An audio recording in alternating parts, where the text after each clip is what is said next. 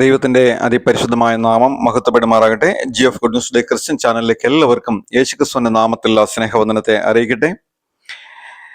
ഈ ചാനൽ നിങ്ങൾ ആദ്യമായിട്ടാണ് കാണുന്നതെങ്കിൽ, ഈ വീഡിയോ കാണുന്നതെങ്കിൽ ചാനൽ സബ്സ്ക്രൈബ് ചെയ്തതിനു ശേഷം കാണുവാനായിട്ട് ശ്രമിക്കുക. മറ്റുള്ളവരിലേക്ക് അത് ഷെയർ ചെയ്യുക. അനേകർക്ക് അത് ആശ്വാസവും അനുഗ്രഹവുമായി തീരുവാൻ കർത്താവ് ഇടവരുത്തട്ടെ. ഇന്ന് നാം ചിന്തിക്കുവാൻ പോകുന്ന ദൈവത്തിന്റെ വചനം വെളിപ്പാട് പുസ്തകം 3-ാം അധ്യായത്തിന്റെ 8-ാമത്തെ വാക്യമാണ്. ഇതാ ഞാൻ നിന്റെ മുമ്പിൽ ഒരു വാതിൽ തുറന്നു വെച്ചിരിക്കുന്നു, അത് ആർക്കും അടച്ചുകൂടാ. നിനക്ക് അല്പമേ ശക്തിയുള്ളെങ്കിലും നീ എൻ്റെ വചനം കാത്തു, എൻ്റെ നാമം നിഷേധിച്ചിട്ടില്ല. ഫിലദൽഫിയ സഭയുടെ ദൂതന്, അവിടുത്തെ മൂപ്പന്, എൽഡർ അല്ലെങ്കിൽ ഇടയൻ അല്ലെങ്കിൽ പാസ്റ്റർ, ആ സഭ ഭരിക്കുന്ന ആ പരിപാലകനായ ഇടയനോട് ദൈവം പറയുകയാണ്, ഇതാ ഞാൻ നിന്റെ മുമ്പിൽ ഒരു വാതിൽ തുറന്നു വെച്ചിരിക്കുന്നു, അത് ആർക്കും അടച്ചുകൂടാ. ഇത് 2000 വർഷങ്ങൾക്ക് മുമ്പ് ഫിലദൽഫിയ സഭയുടെ ദൂതൻ എഴുതിയതാണ് എങ്കിലും ഇന്നത്തെ ഓരോ സഭകൾക്കും കൂടി എഴുതിയ ഒരു ദൈവദൂതാണ് എന്ന് നമുക്ക് മനസ്സിലാക്കുവാനായിട്ട് സാധിക്കും. ഇതൊരു പ്രവചന ദൂതാണ്. ഒരു സഭയുടെ മുമ്പിൽ, ഒരു സഭ ഒരിടത്ത് ആരംഭിക്കുമ്പോൾ അതിൻ്റെ മുമ്പിൽ ഒരു വാതിൽ തുറന്നു വെച്ചിരിക്കുന്നത് ദൈവമാണ്. ദൈവം ഒരു വാതിൽ തുറന്നു വെച്ചു കഴിഞ്ഞാൽ ആ വാതിൽ അടയ്ക്കുവാനായിട്ട് ആർക്കും സാധിക്കുകയില്ല. ദൈവം അങ്ങനെ ഒരു വാതിൽ തുറന്നു തരുമ്പോൾ, അങ്ങനെ ഒരു ശുശ്രൂഷ അവിടെ ആരംഭിക്കുമ്പോൾ, ഒരു സഭാ കൊടിയോരോ അവിടെ തുടങ്ങി കുറച്ച് മുന്നോട്ട് പോയി കഴിയുമ്പോൾ, അവിടെ സഭയുടെ ഉത്തരവാദിത്തപ്പെട്ട എൽഡേഴ്സ് അല്ലെങ്കിൽ പാസ്റ്റർമാര്, അവർക്ക് ചില കാര്യങ്ങൾ ചെയ്യേണ്ടതായിട്ടുണ്ട്. അതിലൊരു കാര്യമാണ് ദൈവം പറയുന്നത്, നിനക്ക് അല്പമേ ശക്തിയുള്ളൂ എങ്കിലും നീ എൻ്റെ വചനം കാത്തു. പലപ്പോഴും ദൈവം ചില സഭകളെ ആരംഭിക്കുവാനായിട്ട് തുടങ്ങുന്ന ഇടങ്ങളിൽ അവിടെ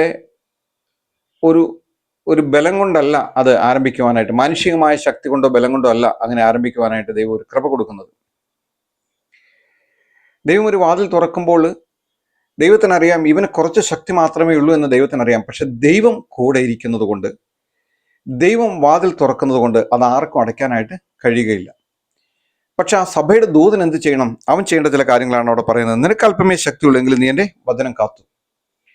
അനേക ഒത്തുതീർപ്പുകാരായിട്ടുള്ള ആളുകൾ, അനേക മതഭക്തരായിട്ടുള്ള ആളുകളെല്ലാം വന്ന് പലതരം അഡ്ജസ്റ്റ്മെന്റുകൾക്കും ശ്രമിക്കാം, നമുക്ക് അങ്ങനെ ഒരുമിച്ച് മുന്നോട്ട് പോകാമെന്നെല്ലാം പറയുമ്പോൾ ദൈവവചനത്തിന് വേണ്ടി നിൽക്കുന്ന ഒരു സഭയുടെ ദൂതനോടാണ് ദൈവം പറയുന്നത്, നിനക്ക് അല്പമേ ശക്തിയുള്ളൂ എങ്കിലും നീ എൻ്റെ വചനം കാത്തു.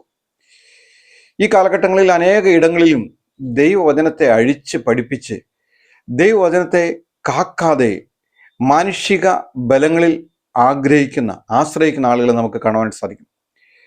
തിരുവെഴുത്ത് നമ്മെ പഠിപ്പിക്കുന്ന ശക്തമായ 1-2 വചനങ്ങളുണ്ട്. മൂക്കിൽ ശ്വാസമുള്ള മനുഷ്യനെ വിട്ടൊഴിയുക. നാം മനുഷ്യനെ ഭയപ്പെടേണ്ട കാര്യമില്ല. മാനുഷിക ഭയം ഒരു കെണിയാണ്. മനുഷ്യരിൽ ആശ്രയിക്കുന്നതിനേക്കാൾ കർത്താവിൽ ആശ്രയിക്കും നല്ലത്, പ്രഭുക്കന്മാരിൽ ആശ്രയിക്കുന്നതിനേക്കാൾ കർത്താവിൽ ആശ്രയിക്കും നല്ലത്. നാം ദൈവത്തിൽ ആശ്രയിക്കുവാൻ വേണ്ടിയിട്ടാണ് ദൈവം നമുക്കൊരു വാതിൽ തുറന്നു വെച്ച് തന്നിരിക്കുന്നത്. അവിടെ നാം ദൈവത്തിന്റെ വചനം കാക്കേണ്ട കാര്യമുണ്ട്. ഇവിടെ പറയാണ്, നിനക്ക് അല്പമേ ശക്തിയുള്ളൂ എങ്കിലും നീ എൻ്റെ വചനം കാത്തു, എൻ്റെ നാമം നിഷേധിച്ചിട്ടില്ല. ഇന്ന് പല സഭകളിലും ദൈവനാമം നിഷേധിക്കപ്പെടുവാൻ, ദുഷിക്കപ്പെടുവാൻ കാരണമായി തീരുന്നത് ദൈവവചനത്തെ കാക്കാതിരിക്കുന്നത് കൊണ്ടാണ്. തങ്ങൾക്ക് ബോധിച്ച രീതിയിൽ തങ്ങളുടെ സ്വന്തക്കാർക്ക് വേണ്ടി, ബന്ധുക്കൾക്ക് വേണ്ടി, അല്ലെങ്കിൽ തങ്ങൾക്ക് പ്രിയപ്പെട്ടവർക്ക് വേണ്ടി ദൈവവചനത്തെ അഴിച്ച് പഠിപ്പിക്കുന്നത് നിമിത്തം ദൈവവചനത്തെ കാക്കാതിരിക്കുന്നത് നമുക്ക് കാണുവാനായിട്ട് സാധിക്കും. നമുക്കറിയാം, എല്ലാ വാതിലിന്റെയും താക്കോല് കർത്താവിന്റെ കയ്യിലാണ്. കർത്താവ് ഒരു വാതിൽ അടച്ചാൽ തുറക്കാനായിട്ട് ആർക്കും കഴിയുകയില്ല. ഇപ്പം നോഹയോട് ഒരു പെട്ടകം ഉണ്ടാക്കാനായിട്ട് പറഞ്ഞു.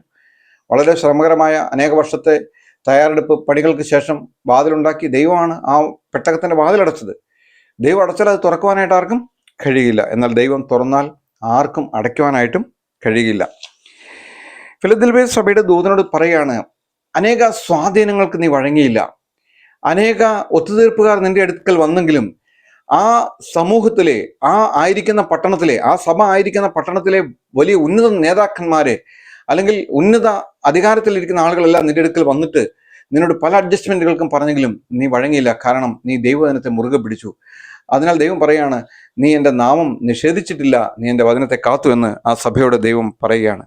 സ്വാധീനമുള്ളവരും ശക്തിയുള്ളവരും അനേകർ വന്ന് ഒരു കോംപ്രമൈസിന് ശ്രമിച്ചെങ്കിലും ആ സഭയുടെ ദൂതൻ അതിന് വഴങ്ങില്ല. താഴെ അതിന് ലഭിക്കുന്ന അനുഗ്രഹങ്ങളെക്കുറിച്ചൊക്കെ നമുക്ക് കാണുവാനായിട്ട് സാധിക്കും. എന്നെ കേൾക്കുന്ന പ്രിയ സഹോദര, പ്രിയ സഹോദരി, ദൈവം ഒരിടത്ത് നിന്നെ ആക്കി വെച്ചിട്ടുണ്ട് എങ്കിൽ അവിടെ പല സ്വാധീനങ്ങളും നിന്റെ അടുക്കൽ വന്നു ചേർന്നു എന്ന് വന്നേക്കാം. പലതരത്തിലും ദൈവവചനത്തെ അഴിച്ചു പഠിപ്പിക്കുവാനുള്ള പല ഉൾപ്രേരണകളും നിനക്ക് വെളിയിൽ നിന്നും അകത്തുനിന്നും ഉണ്ടായി എന്ന് വന്നേക്കാം. എന്നാൽ നീ ദൈവവചനത്തെ കാക്കുന്ന ഒരുവനാണെങ്കിൽ നിന്റെ മുമ്പിൽ തുറന്നു വെച്ചിരിക്കുന്ന വാതിൽ അടയ്ക്കുവാൻ ഈ ഭൂമിയിൽ ഒരു മനുഷ്യനും കഴിയുകയില്ല. കാരണം നിന്റെ ശക്തി എന്താണെന്ന് ദൈവത്തിന് അറിയാം. നിനക്ക് അല്പമേ ശക്തിയുള്ളൂ, എങ്കിലും നീ ദൈവത്തിന്റെ വചനം കാക്കുകയാണെങ്കിൽ നിന്റെ മുൻപിൽ വരുന്ന എല്ലാ പർവ്വതങ്ങളെയും സമഭൂമിയാക്കുവാൻ ദൈവത്തിന് കഴിയും. അതുകൊണ്ടാണ് യെരൂശലേം ദേവാലയം പണിയാനായിട്ട് പല പ്രാവശ്യം വന്നു കഴിഞ്ഞപ്പോൾ സെരുബ്ബാബേലിന്റെ നേതൃത്വത്തിൽ ആളുകൾ വന്ന് പണിയാരംഭിച്ചു. തോബിയാവും സൻബല്ലത്തും എല്ലാം അതിനെ തടയാൻ ശ്രമിച്ചു. എന്നാൽ പ്രവാചകന്മാർ എഴുന്നേറ്റു, സഖര്യാവ് എഴുന്നേറ്റു, ഹഗ്ഗായി എഴുന്നേറ്റു. സഖര്യാവ് പറയുന്നൊരു വാക്കുണ്ട്, സെരുബ്ബാബേലിന്റെ മുമ്പിൽ നിൽക്കുന്ന മഹാപർവ്വതമേ നീ നീ സമഭൂമിയായി തീരും. അത് അവന്റെ ശക്തി കൊണ്ടല്ല, അത് ദൈവത്തിന്റെ ആത്മാവിനാൽ അത് സമഭൂമിയായിട്ട് തീരും. അത് നമ്മുടെ മുമ്പിൽ ഉയർന്നു വരുന്ന ഏത് പർവ്വതങ്ങളും സമഭൂമിയാക്കുവാൻ തക്കവണ്ണം കഴിവുള്ള സർവശക്തനായ ഒരു ദൈവം നമ്മുടെ മുമ്പിൽ ഒരു വാതിൽ തുറന്നു വെച്ചാൽ നാം ഒരു കാര്യമേ ചെയ്യുള്ളൂ, നാം ദൈവവചനത്തെ കാത്തുകൊള്ളുക, കർത്താവിൻ്റെ നാമത്തെ നിഷേധിക്കാതിരിക്കുക.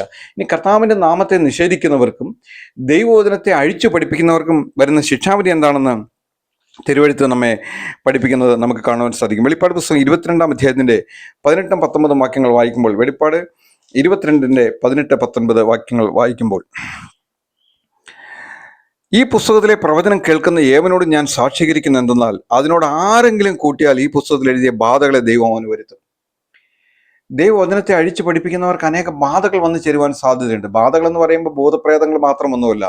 ബാധകൾ എന്ന് പറയുമ്പോൾ രക്തസ്രാവക്കാരിയായ സ്ത്രീക്ക് അതൊരു ബാധയായിരുന്നു. അവൾക്ക് 12 വർഷമായി രക്തസ്രാവ എന്ന രോഗമുണ്ടായിരുന്നു. അപ്പൊ രോഗം ഒരു ബാധയാകാം. അതുകൊണ്ടാണ് കർത്താവ് പറയുന്നത്, സ്ത്രീയെ നിന്റെ ബാധ ഒഴിഞ്ഞ് നീ സ്വസ്ഥമായിരിക്കുക. അപ്പോൾ രോഗം ഒരു ബാധയായിട്ട് നമ്മെ ബാധിക്കുവാനായിട്ട് സാധ്യതയുണ്ട്. കാരണം എന്താ? ഈ പ്രവചനത്തിലെ വചനം അഴിച്ചു പഠിപ്പിച്ചാൽ അവന് ഈ പുസ്തകത്തിലെ വചനത്തിൽ നിന്ന് അത് നീക്കിക്കളഞ്ഞാൽ ബാധകൾ ദൈവം അവന് അയക്കുമെന്ന് നമുക്ക് കാണുവാൻ സാധിക്കും. അതുപോലെ തന്നെ ശങ്കാവിഷം, പലതരത്തിലുള്ള ബാധകൾ തിരുവെഴുത്ത് പരിശോധിക്കുമ്പോൾ നമുക്ക് കാണുവാനായിട്ട് സാധിക്കും. പഴയ തിരുവെഴുത്തുകളിലെല്ലാം കാട്ടമൃഗം പെരുകുന്ന ഒരു ബാധയാണെന്ന് തിരുവെഴുത്തിൽ പറയുന്നുണ്ട്. പുറപ്പാട് പുസ്തകം 23-ാം അധ്യായം 29-ാമത്തെ വാക്യത്തിൽ കാട്ടമൃഗം പെരുകുന്ന ഒരു ബാധയാണ്, ശങ്കാവിഷം ഒരു ബാധയാണ്, സംഖ്യാപുസ്തകം 5-14. അപ്പോൾ ദൈവം പലവിധ ബാധകളെ അയക്കും. കാരണം ഈ പ്രവചന പുസ്തകത്തിലെ വചനം നീക്കുവാൻ നമുക്ക് അധികാരമില്ല. ആരെങ്കിലും വല്ലതും നീക്കിക്കളഞ്ഞാൽ ഈ പുസ്തകത്തിൽ എഴുതിയിരിക്കുന്ന ജീവവൃക്ഷത്തിലും, അതുപോലെ തന്നെ പറയാണ് 18-ാമത്തെ വാക്യം, ഈ പ്രവചന പുസ്തകത്തിലെ വചനത്തിൽ നിന്ന് ആരെങ്കിലും വല്ലതും നീക്കിക്കളഞ്ഞാൽ ഈ പുസ്തകത്തിൽ എഴുതിയിരിക്കുന്ന ജീവവൃക്ഷത്തിലും വിശുദ്ധ നഗരത്തിലുള്ള അവനുള്ള അംശം ദൈവം നീക്കിക്കളയും.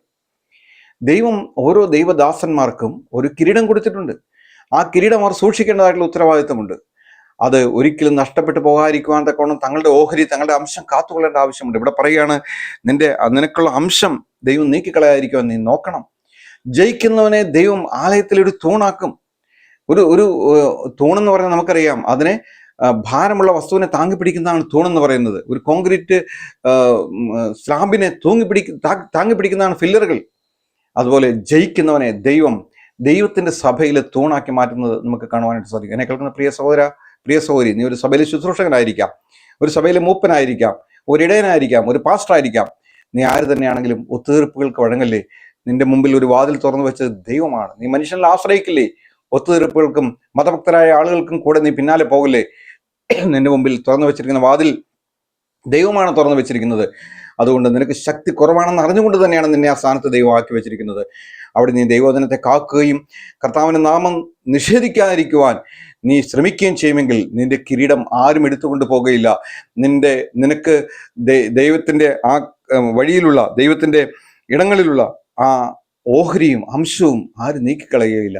അതുകൊണ്ട് ഇന്ന് എന്നെ കേൾക്കുന്ന പ്രിയ സഹോദര, പ്രിയ സഹോദരി, നീ നിന്നെ തന്നെ താഴ്ത്തുക. ഒരു കുറവ് പറ്റിയിട്ടുണ്ടെങ്കിൽ, ഒരു വീഴ്ച പറ്റിയിട്ടുണ്ടെങ്കിൽ മനം തിരിഞ്ഞ് കർത്താവിൻ്റെ അടുക്കിലേക്ക് വരിക. കർത്താവ് ഇന്ന ഇടങ്ങളിലെല്ലാം ഞാൻ കുഴപ്പങ്ങൾ ചെയ്തു, പാപങ്ങൾ ചെയ്തു, ഒത്തുതീർപ്പുകൾക്കും മതഭക്തർക്കുമായ ആളുകൾക്ക് ഞാൻ വഴങ്ങിക്കൊടുത്തു, നിന്റെ വചനത്തെ ഞാൻ അഴിക്കുവാൻ തക്കവണ്ണം അറിഞ്ഞോ അറിയാതെയോ ഞാൻ കാരണമായിട്ട് തീർന്നു. കർത്താവിനോട് ക്ഷമിക്കുക എന്ന് പറഞ്ഞ് നീ മടങ്ങി വരുമെങ്കിൽ നിന്റെ മുമ്പിൽ തുറന്നു വെച്ചിരിക്കുന്ന വാതിൽ ദൈവമാണ് തുറന്നു വെച്ചിരിക്കുന്നതെന്ന് മനസ്സിലാക്കിക്കൊണ്ട് ദൈവത്തിന്റെ മുമ്പാകെ നിന്നെ തന്നെ താഴ്ത്തുമെങ്കിൽ നിനക്ക് ധൈര്യമായിട്ട് മുന്നോട്ട് പോകാൻ തക്കവണ്ണം ദൈവം നിന്നെ സഹായിക്കും. തന്നെയല്ല, നിന്റെ മുമ്പിൽ വരുന്ന എല്ലാ പർവ്വതങ്ങളെയും ദൈവം സമഭൂമിയാക്കി മാറ്റിക്കളയും. കാരണം ഒരു ദൈവദാസന്, ഒരു കർത്താവിന്റെ ദാസന് കൊടുത്തിരിക്കുന്ന അവകാശം എന്ന് പറയുന്നത്, അധികാരം എന്ന് പറയുന്നത് പറയുന്നതിന്റെ പ്രധാന ലക്ഷ്യം എന്ന് പറയുന്നത് നിനക്ക് വിരോധമായി ഉണ്ടാക്കുന്ന ഒരു ആയുധവും ഫലിക്കില്ല എന്നുള്ളതാണ്. ഇന്നത്തെ വചന കേൾവി നിങ്ങളുടെ ജീവിതത്തിൽ ഒരു അനുഗ്രഹത്തിനും ഒരു വളർച്ചയ്ക്കും ആശ്വാസത്തിനും ദൈവദിനത്തെ കാക്കുന്നതിനും ദൈവത്തിന്റെ കർത്താവിന്റെ നാമത്തെ ദുഷിക്കപ്പെടാതിരിക്കുവാനും ഒരു കാരണമായി തീരട്ടെ. കർത്താവിന്റെ വലിയ നാമം ഇന്നും എന്നേക്കും വാഴ്ത്തപ്പെടുമാറാകട്ടെ. നമുക്ക് പ്രാർത്ഥിക്കാം.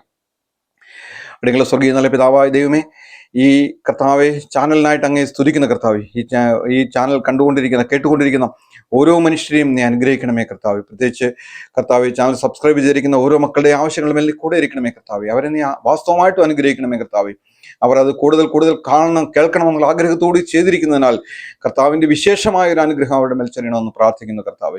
ഇന്ന് വചനം കേട്ട ഓരോ ദേവദാസയും ഓരോ കർത്താവിന്റെ മക്കളെയും അവിടെ നിന്ന് അനുഗ്രഹിക്കണമെന്ന് പ്രാർത്ഥിക്കുന്നു.